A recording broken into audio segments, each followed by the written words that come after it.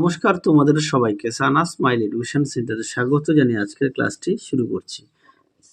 আজকে তোমাদের সঙ্গে আলোচনা করব তোমরা যারা নবম শ্রেণীর প্রথম পর্যায়ক্রমিক মূল্যায়ন পরীক্ষা দেবে তোমাদের জন্য রায় ও মার্টিন প্রশ্ন বিচিত্র থেকে আজকে সমাধান করব নবম শ্রেণীর ভূগোল বিষয়ে মডেল নম্বর 10 অর্থাৎ 10 নম্বরের স্কুলের যে সমস্ত ছোট ও বড় প্রশ্নগুলি আছে তার সমস্ত প্রশ্নের উত্তরের সমাধান করে দেখাবো।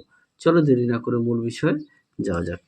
প্রথমে আছে দেখো বিভাগ কয়ে একে আছে এক দাগের প্রশ্নের উত্তরটি হবে অপশন ডি হরাইজন। দুই দাগের প্রশ্নের উত্তরটি হবে অপশন বি 24টি। পরবর্তী প্রশ্ন দেখো কি আছে। পরবর্তী প্রশ্ন দেখো 3 দাগের পরিক্রমণ গতির জন্য হয় উত্তরটা লিখবে অপশন ডি অধিবর্ষ। 4 দেখো অনুসুর অবস্থানে সূর্য ও পৃথিবীর দূরত্ব প্রায় 14.70 কোটি কিমি অপশন এ। 5 আছে আকরিক লৌহ উৎপাদনে ভারতের অপশন বি উড়িষ্যা। 6 দেখো ভারতের উৎপাদিত বিদ্যুতের প্রায় 75% হচ্ছে তাপবিদ্যুৎ। তারপরে দেখো দামোদর উপত্যকায় ঝরিয়া কয়লা ক্ষেত্রটি অবস্থিত ঝাড়খণ্ডে অপশন বি। পরবর্তী প্রশ্ন দেখো এক দাগের প্রশ্নের উত্তরটা হবে সময় শূন্যস্থান পূরণ, দুইটা হবে জামনগরে। তারপরে দেখো বাম স্তম্ভের সঙ্গে ডান স্তম্ভ মেলাও, একেরটা হবে বি, দুইটা হবে সি, তিনেরটা হবে এ। পরবর্তী প্রশ্ন দেখো একটি বাক্যে উত্তর তো একে আছে পৃথিবীর আবর্তন বেগ শূন্য হয় কোথায়, উত্তরটা লিখবে 90 ডিগ্রি উত্তর ও দক্ষিণ। 2 দেখো 21শে জুন থেকে 21শে ডিসেম্বর পর্যন্ত সূর্যের আপাত গতিকে কি বলা হয়, উত্তরটা লিখবে দক্ষিণায়ন। 3 দেখো সর্বাধিক কার্বনযুক্ত কয়লা কোন শ্রেণীর, উত্তরটা লিখবে অ্যান্থ্রাসাইট। পরবর্তী দেখো কি আছে বিভাগ গয়ে জিওট কি, উত্তরটা দেখো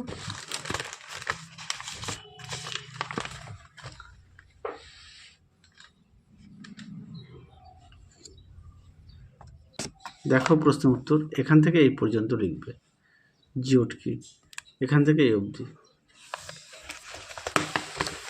পরবর্তী প্রশ্ন দেখো কি আছে কোন বৈশিষ্ট্যগুলি না থাকার কারণে কোনো গ্রহকে বামন গ্রহ বলা হয়, উত্তরটা দেখো দেখো প্রশ্ন উত্তর। পরবর্তী দেখো কি আছে 2 দাগের আবর্তন গতির জন্য কিভাবে কোরিওলিস বলের সৃষ্টি হয়, দেখো প্রশ্ন উত্তর।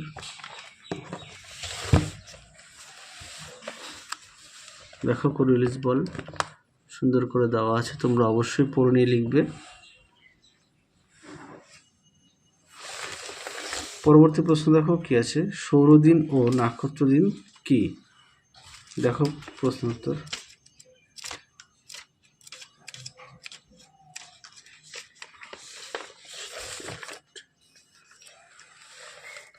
দেখো সৌরদিন কি, এখান থেকে এই পর্যন্ত লিখবে।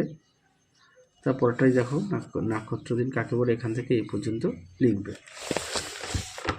পরবর্তী দেখো 3 দাগের সম্পদ সংরক্ষণের দুটি পদ্ধতি লেখো, দেখো প্রশ্ন উত্তর। দেখো পদ্ধতি দুটি বলেছে, দেখে নাও। পরবর্তী প্রশ্ন দেখো অথবা দিয়ে প্রশ্নটি উত্তরটা দেখো।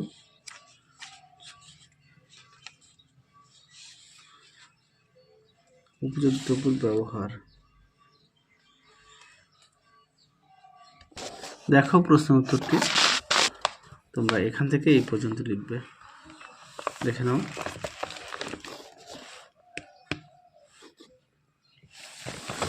পরবর্তী দেখো কি আছে এক দাগে পৃথিবীর নিরক্ষীয় ব্যাস ও মেরু ব্যাসের পার্থক্য 43 কিমি কিভাবে হলো, দেখো প্রশ্ন উত্তর।